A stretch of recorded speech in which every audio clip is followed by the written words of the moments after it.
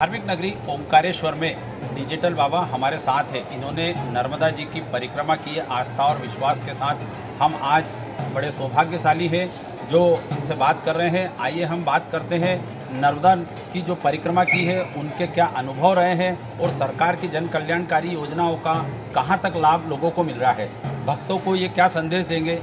भारत जी बताएं। मेरा सबसे पहले मध्य प्रदेश की जनता को, मैया के तट में बसे गांव के लोगों को बहुत बहुत प्रणाम, क्योंकि नर्मदा मैया की परिक्रमा कभी संभव नहीं हो सकती यदि मध्य प्रदेश में मां नर्मदा के किनारे बसे गांव के लोग, मध्य प्रदेश के लोग परिक्रमावासी की लगातार सेवा न करते। इतनी सेवा करते हैं, मतलब आपको मैं क्या बताऊं, अगर आपको मानवता देखना है ना तो उसका जीवंत रूप आप देखेंगे मां नर्मदा की परिक्रमा करने के दौरान। थोड़ा कमाते हैं फिर भी परिक्रमावासियों की सेवा करते हैं। रही सरकार के सहयोग की बात, तो नर्मदा परिक्रमा में सरकार के सहयोग की भूमिका बनती है। सरकार को सहयोग करना चाहिए, पर सच कह रहा हूँ सरकारें एकदम उदासीन हैं। एक छोर से दूसरे छोर तक जाने के लिए कई जगह रास्ते नहीं मिलते हैं। हम पानी में डूब करके घुटने के बराबर इस पार से उस पार जाते हैं। कुछ नाले हैं, कुछ छोटी बड़ी नदियां हैं, सड़कों का कोई प्रबंध नहीं है। फिर भी परिक्रमा न जाने कितने वर्षों से हो रही है और अभी भी हो रही है और आगे भी होती रहेगी। मैं निवेदन ये करना चाहता हूँ सरकार से, जो भी सरकारें आने वाले समय में चुन के आएँ, कि आप दुनिया भर के लोगों के लिए काम करते हैं। परिक्रमा एक ऐसा विषय है मध्य प्रदेश के भीतर जिसमें देश भर से लोग आते हैं, और जब वो यहाँ आते हैं परिक्रमा में आप सरकार की उदासीनता देखते हैं तो उन्हें बहुत मलाल होता है कि काश मध्य प्रदेश सरकार परिक्रमा के दौरान अपनी कोई सकारात्मक भूमिका अदा करती। तो परिक्रमावासी एक अच्छा अनुभव लेके जाते हैं कि सरकारें संरक्षण देती हैं ऐसे आयोजनों को, क्योंकि ये सनातन धर्म से जुड़ा एक बहुत महत्वपूर्ण और बहुत दुर्गम साधना है। हम आपको यहाँ पर जोड़ के बताना चाहते हैं कि उत्तर प्रदेश में मुख्यमंत्री योगी आदित्यनाथ जी अयोध्या में राम मंदिर हो, चाहे वो प्रयागराज का कुंभ मेला हो या फिर हरिद्वार के आयोजन हो, इतना विस्तृत सहयोग देते हैं मुख्यमंत्री जी वहाँ के कि हमें खुशी होती है कि हमारे प्रदेश को सनातन धर्म की सेवा के लिए एक बेहतरीन मुख्यमंत्री मिला हुआ है। यहाँ पर उदासीन है सरकार। शिवराज जी कहते हैं कि मैं नर्मदा भक्त हूँ, लेकिन हम लगातार देखते आ रहे हैं कि मां नर्मदा के किनारे शहरों के, गांवों के गंदे जो जल है ना, उनके जो नाले हैं, वो सीधे के सीधे आके मैया में मिलते हैं। और जब ये दृश्य आंखों के सामने आता है तो कलेजा फट जाता है। इतना क्रोध आता है कि जिसको हम कभी एक्सप्रेस नहीं कर पाएंगे। दूर जाने की जरूरत नहीं है। हम इस वक्त ओंकारेश्वर जी में हैं और ओंकारेश्वर में हम रेवा गुर्जर धर्मशाला में विश्राम कर रहे हैं। एक तरफ धर्मशाला के शहर का सारा गंदा पानी आके मैया मिल रहा है, दूसरी तरफ गोमुख घाट है जहाँ से हम नर्मदा परिक्रमा शुरू करते हैं, वहाँ आके शहर का सारा गंदा पानी, अवशिष्ट जल मैया मिल रहा है। इतने वर्षों में कभी दिग्विजय जी मुख्यमंत्री रहे, कभी शिवराज जी मुख्यमंत्री रहे। शिवराज जी का कार्यकाल बहुत अधिक रहा। नर्मदा जयंती पर लाखों रुपए खर्च करके सरकार के खजाने से बड़े बड़े आयोजन होते हैं, कस्में वादे होते हैं, कुछ धरातल पर नहीं उतरता। मैं यहाँ आपको रोकना चाहूँगा कि पुण्य सलीला माँ नर्मदा जो कि कल कल बहती नर्मदा है, दूषित हो रही है। मैं आपकी बात से सहमत हूँ, लेकिन प्रदेश के मुख्यमंत्री शिवराज सिंह जी चौहान ने यहाँ सीवरेज ट्रीटमेंट प्लांट बनाए हैं। 4 ट्रीटमेंट प्लांट चालू हो गया है, चालू भी हो गए, लेकिन धरातल पर स्थिति बद से बदतर है। सरकारी नुमाइंदों की लापरवाही के कारण जो नर्मदा जी हमारी जो बह रही है वो कहीं ना कहीं दूषित हो रही है। इसके लिए मुख्यमंत्री जी को चाहिए, मैं सोशल मीडिया के माध्यम से, आपके माध्यम से आवाज़ पहुंचाना चाहता हूं कि मुख्यमंत्री जी तो अच्छा काम कर रहे हैं, देश के प्रधानमंत्री जी अच्छा काम कर रहे हैं, लेकिन कहीं ना कहीं सरकारी नुमाइंदों की लापरवाही के कारण ये नर्मदा प्रदूषित हो रही है। तो नर्मदा जी को दूषित करने में सरकारी नुमाइंदों को किस प्रकार मुख्यमंत्री को करना चाहिए ताकि ये स्थितियाँ ना बनें? मुख्यमंत्री एक ऐसी जिम्मेदारी है कि जिसको चाहें वो एक झटके में ना, वो कहते हैं हॉटलाइन पे ले सकते हैं कि भैया आपकी जवाबदेही थी, आप अपनी जिम्मेदारी क्यों नहीं निभा रहे हो?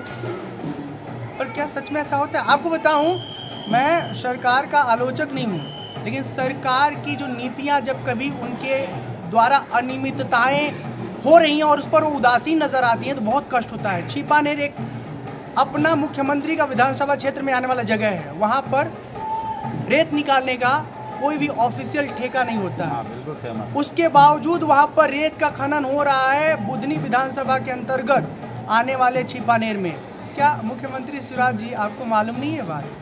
किसके संरक्षण में हो रहा है भैया जी? लोग आपको मामा जी कहते हैं, हम आपको भैया जी कहेंगे। मैं फिर कह रहा हूँ कि मैं मध्य प्रदेश में आने से पहले सोचता था शिवराज जी सनातनी हैं, हिंदू हैं, नर्मदा मैया की सेवा करते होंगे, नर्मदा मैया के संरक्षण में अपना पूरा योगदान देते होंगे, लेकिन नर्मदा मैया के सीने से केवल अपने मतलब की चीज़ें निकाल के हम मैया को छलनी कर रहे हैं, रेता निकाल रहे हैं, पानी निकाल रहे हैं, लेकिन उनको स्वच्छ रखने में जो हमारी भूमिका हो सकती है उसमें हम कहीं सही नज़र नहीं आ रहे। जवाब तो देना होगा।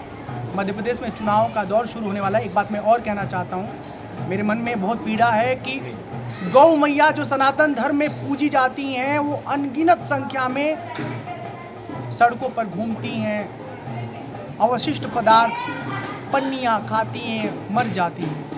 किसान लोग जब तक दूध मिलता है तब तक उनका उपयोग करते हैं और जब दूध देना बंद कर देती है तो उनके रस्सी को खोल करके उन्हें छोड़ देते हैं और वो दूसरे कृषक के खेत में जाके जब नुकसान पहुंचाती हैं तो उस कृषक को नुकसान होता है।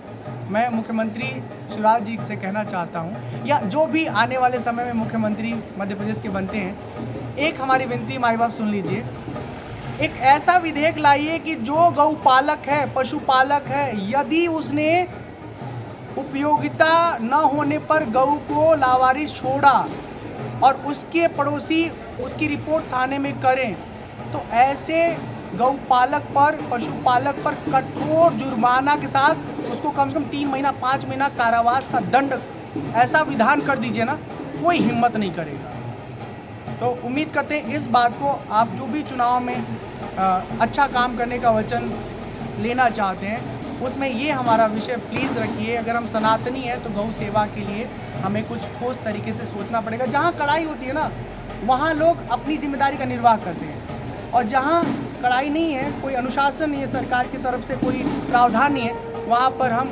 अपनी मनमानी करते हैं। नहीं, कानून तो बने हैं, विधायक विधानसभा में मुद्दे भी उठते हैं, लेकिन कहीं ना कहीं जनप्रतिनिधि एक सपोज करो उदाहरण के लिए कि आपने किसी गौशाला में अनियमितताएं पाई, आपने शिकायत की, तो वहीं उसी क्षेत्र का विधायक या सांसद जो सरकारी नुमाइंदे कार्रवाई करते हैं उनके कहीं ना कहीं ट्रांसफ़र हो जाते हैं या उनके विरुद्ध कहीं ना कहीं ऐसा माहौल खड़ा कर देते हैं, तो कहीं ना कहीं कमी सिस्टम में भी है। हाँ। हमारा संविधान अच्छा है लेकिन लचीला है, उसको कठोर करने की आवश्यकता है। अपने फ़ायदे के हिसाब से ना उसको फ्लैक्सिबल बना लेते हैं। और पॉलिटिक्स में आजकल लोग कितने ईमानदार हैं, ये थोड़ी भी सामाजिकता रखने वाला व्यक्ति भली भांति जानता है कि सिर्फ और सिर्फ राजनीति का निजी हित में दोहन किया जा रहा है, जबकि राजनीति के जरिए समाज के कल्याणकारी योजनाओं में अच्छी भूमिका निभा के नेताओं को जन कल्याण के लिए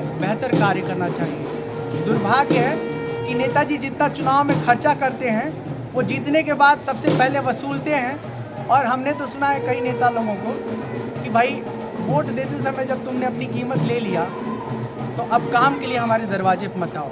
एक बात मैं जनता से कहना चाहता हूँ, आप कृपा करके इस बात को समझिए कि मतदान आपके जीवन का एक बहुत बहुत महत्वपूर्ण अधिकार है जो भारत के संविधान ने आपको दिया है।